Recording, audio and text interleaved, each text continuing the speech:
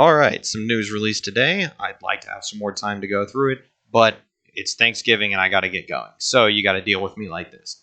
News is Dave Filoni is now the Chief Creative Officer of Lucasfilm. So, what does this mean fundamentally?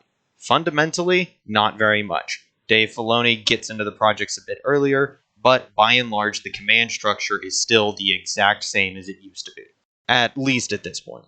What do I think is going to happen? Not a whole lot. Filoni may have a new title, but since nothing else has really changed, and Kennedy does still have the final say, does still hold all the power, honestly, I don't think a whole lot's going to change.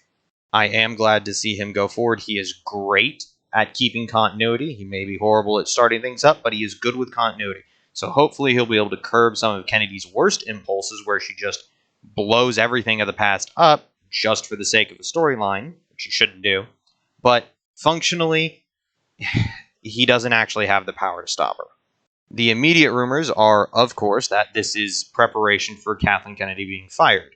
However, at this point, I'm fairly convinced that Kennedy is either blackmailing or sleeping with someone, and fundamentally cannot be fired without repercussions to someone who doesn't really care about Star Wars. So, I'm not believing she's fired until I actually hear the news. Now, that said, if everything goes well, this means that Kennedy is mostly out of the development process, and Filoni takes over, and yes, new series have a slow startup, but by and large, the narrative should start holding together a lot better.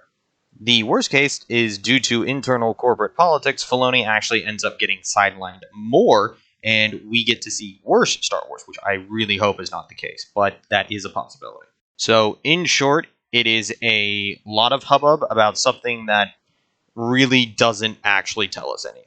So, yay, Filoni has a new title. What does it mean? We're going to have to find out. Anyways, y'all have a good Thanksgiving.